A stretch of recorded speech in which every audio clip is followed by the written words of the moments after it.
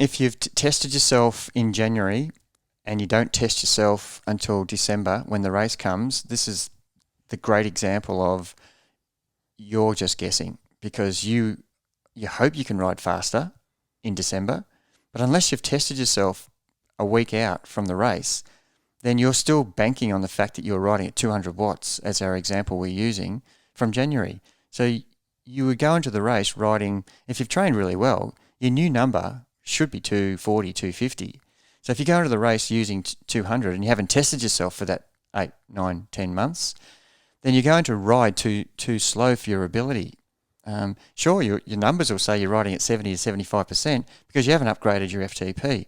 So it's really important on race day to have your plan based around the most relevant number that you can possibly find, which is 10 days out, probably 7 days out for some people.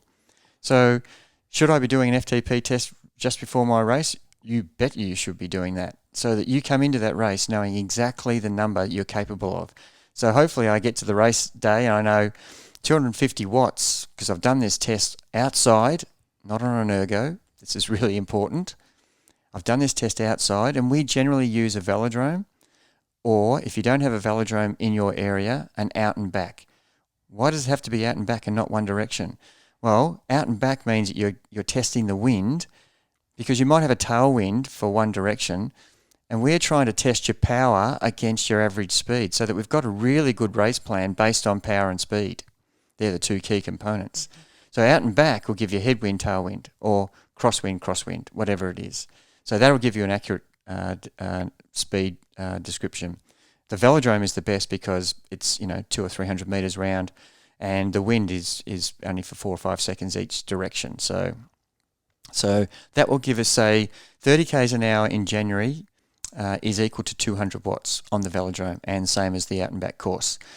So every time we test, I know that if I'm riding 250 watts, that equals on the velodrome 35 k's an hour. For a specific person. For a specific person. This is not generally for everybody. I'm just talking about rider A. Yeah.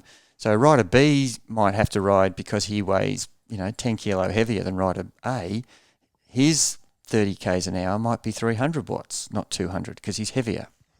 But the outcome is still the same.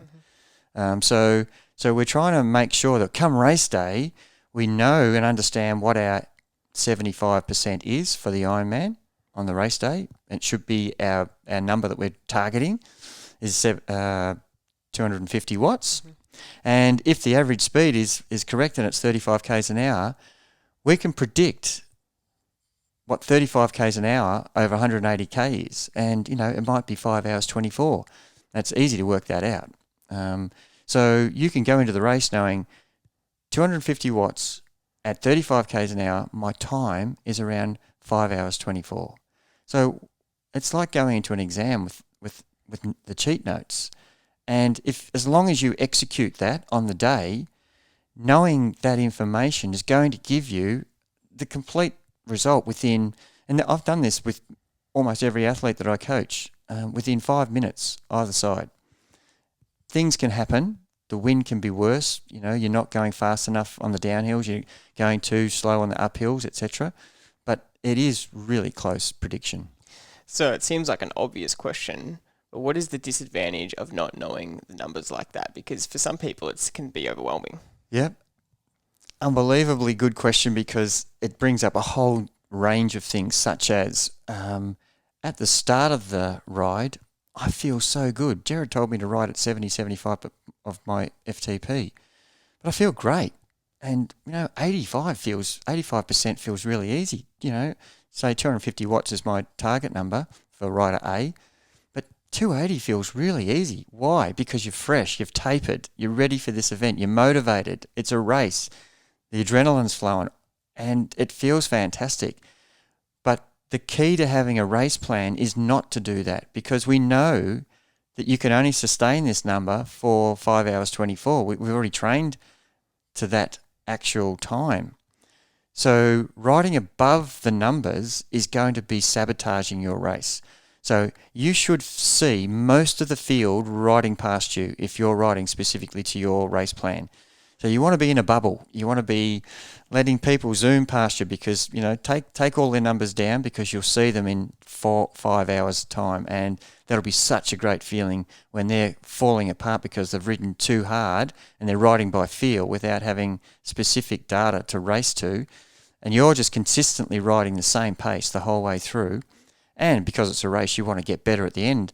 And in a triathlon, it's different to a bike race. You don't really want to push a PB at the end. You want to stick to your numbers. Why? Because you have to run a marathon. And sure, I can go in and say, how fantastic was my ride. I rode 4 hours 20 when my race plan was 4 hours 30. And yet I've improved it by 10 minutes. That's fantastic. My run race plan was 3 hours. And now I've just run 3 hours 40 because I'm so exhausted by pushing 10 minutes faster on the bike. So, no, it's not okay to use the swim and the ride to do PBs because you still have to run. It's not a 2-event race. It's a 3-event race. So having the power data will prevent you from sabotaging and overcooking the race. That is the key component that people must understand.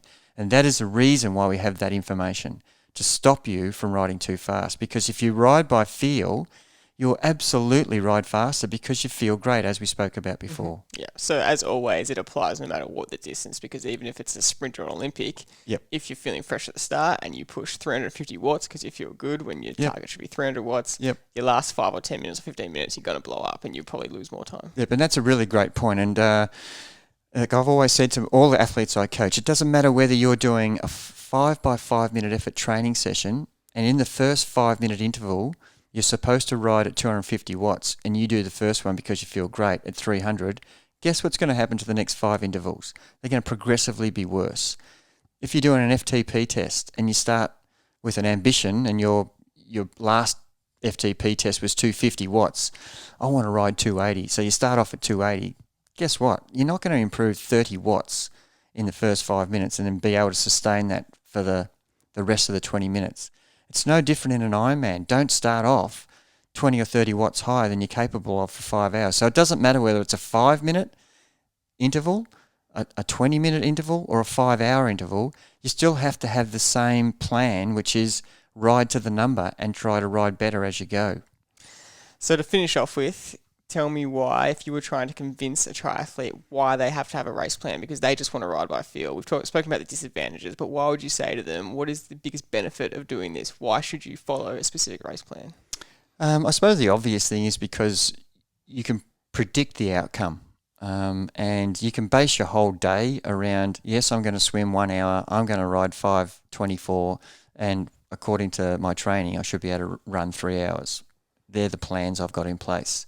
So if I don't stick to that plan, then I'm chancing my luck and it's a guess. And I'm not one who likes to gamble in an event that's 9 or 10 hours. And I don't even want to do that in a sprint race. I've done all this training. The numbers don't lie. So there's a key saying I say to people a lot: ambition and ability. Don't get those two things confused. What you want to do and what you're capable of doing, you need to have them reasonably close. So give yourself ambition of trying to improve. Say your last PB in an Olympic distance was 2 hours 10. You really want to do a 2 hour 5. So yeah, sure. Do things in your plan that'll enable you ride the numbers that'll enable you to do a 2 or 3 minute faster bike ride. And if you make a mistake, so be it, but you've had a crack. But you've still got your ambition and ability really close. But the people who just go in with no plan, they're just gambling on feel. And I suppose one of the things I want to point out here is if you're a professional triathlete and you're racing other guys, you've got to make decisions all day about whether I'm going to stick with the race, there's guys going up the road, or am I going to stick with my plan? So that's an obvious example of really making decisions based on, I'm here to race, but I know that someone's riding up the road too fast and it's unsustainable. Do I risk following their race plan or do I stick with my race plan? And, it's really more crucial in the run. And you've either got the ability to stay with the run or you haven't. On the bike, it's probably important that you try and stay with the main pack. I'm talking professionals here. But you could still blow your race up by racing too hard on the bike and then getting off and running like a dog. As an age grouper, you've got to decide, are you there to complete the event or compete in the event? You're competing against others or just competing against yourself. So if you choose to compete for a podium, again, you're the same situation as a professional. You know the guys in your age group. You know their strengths if you've done your homework on the bike. We're talking specifically and across the race. But on the bike, if you see someone race past you and you know in history that they've been a 2 or 3 better bike rider than you, if you start to join in their pace, you could possibly run like a dog because you've raced too hard, your threshold spiked your heart rate, and all of a sudden your race is done. So you've still got to make decisions based on ability and the competitiveness of the race.